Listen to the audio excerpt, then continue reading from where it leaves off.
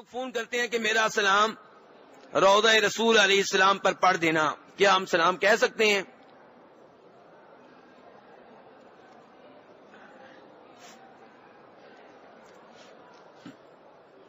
گزارش یہ ہے میرے بھائی، یہ جو آپ سے کہا جاتا ہے میرا سلام پڑھ دینا، اصل میں یہ لا علمی کی وجہ سے ہے۔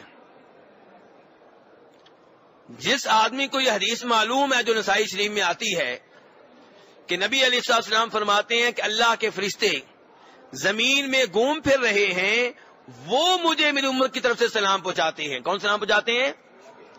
اب جس کو یہ حدیث معلوم ہے وہ آپ سے کیوں کہے گا میرا سلام کہہ دو؟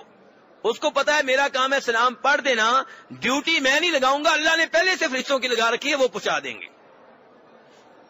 اللہ نے ڈیوٹی کن کی لگائی ہے؟ میری اور آپ کی کیوں نہیں لگائی؟ آپ قبر تک جا سکتے ہیں؟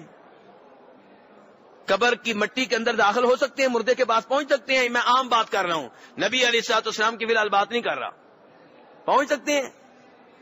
تو سلام نبی علیہ الصلوۃ والسلام تک جو پہنچانا ہے اس کی ڈیوٹی اللہ نے فرشتوں کی لگائی ہے جو نبی علیہ الصلوۃ والسلام تک پہنچ سکتے ہیں۔ میں اور آپ نہیں پہنچ سکتے۔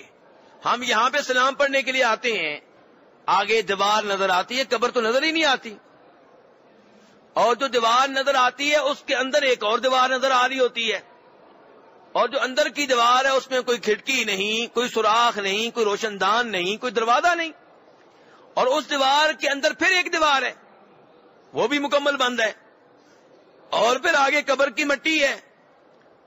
تو کوئی بھی انسان آج نبی علیہ الصلوۃ والسلام تک نہیں پہنچ سکتا، اسی لیے اللہ نے ڈیوٹی لگائی ان فرشتوں کی جو پہنچ سکتے ہیں۔ تو آپ کا سلام بھی فرشتوں نے پہنچایا تو آپ کسی کا کیا پہنچائیں گے؟ تو اس لیے جب آپ سے کوئی کہے میرا سلام پڑھ دیں، اسے کہیں پڑھو بھائی، فرشتے ابھی پہنچا دیں گے۔